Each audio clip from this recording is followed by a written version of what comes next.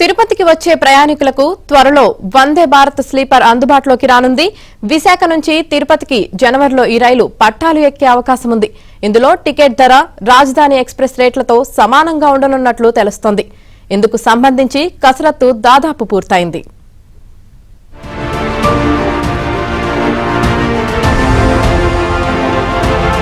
తిరుపతి నుంచి వందే భారత్ రైళ్ల సంఖ్య పెంపు కోసం రైల్వే శాఖ కసరత్తు చేస్తోంది.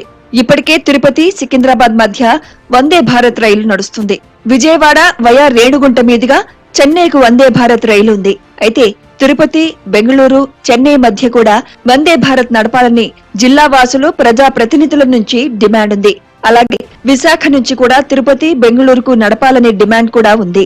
ప్రస్తుతం విశాఖ మీదుగా 4 వందే భారత్ రైళ్లు నడుస్తున్నాయి. విశాఖ నుంచి సికింద్రాబాద్ కు 2, భువనేశ్వర్, దుర్గ్ కు ఒక్కోటి నడుస్తున్నాయి. కొత్తగా విశాఖ నుంచి తిరుపతి, బెంగళూరుకు వందే భారత్ ను అందుబాటులోకి తీసుకురావాలని రైల్వే మంత్రికి ఎంపీల నుంచి ప్రతిపాదనలు అందాయి. ఈ ప్రతిపాదనలపై రైల్వే బోర్డు సానుకూలంగా స్పందించింది.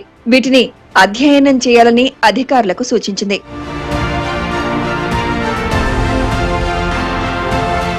దేశవ్యాప్తంగా ఉన్న డిమాండ్ కారణంగా ప్రస్తుతం ఒక వందే భారత్ స్లీపర్ ను విశాఖ నుంచి తిరుపతికి ప్రారంభించేలా అంగీకరించినట్లు తెలుస్తోంది.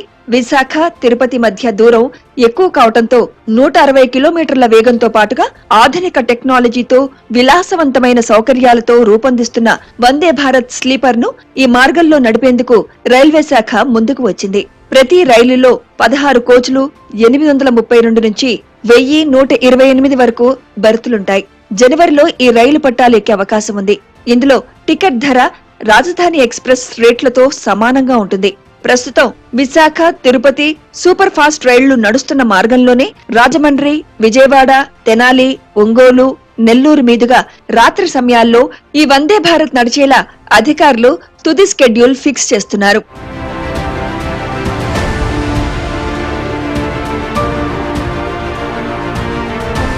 ఈ వందే భారత్ ఏర్పాటు ద్వారా తిరుపతి, విశాఖ మార్గంలో నడిచే ఇతర ప్రధాన రైళ్లపైన ఒత్తిడి తగ్గే అవకాశం ఉందని అధికారులు భావిస్తున్నారు.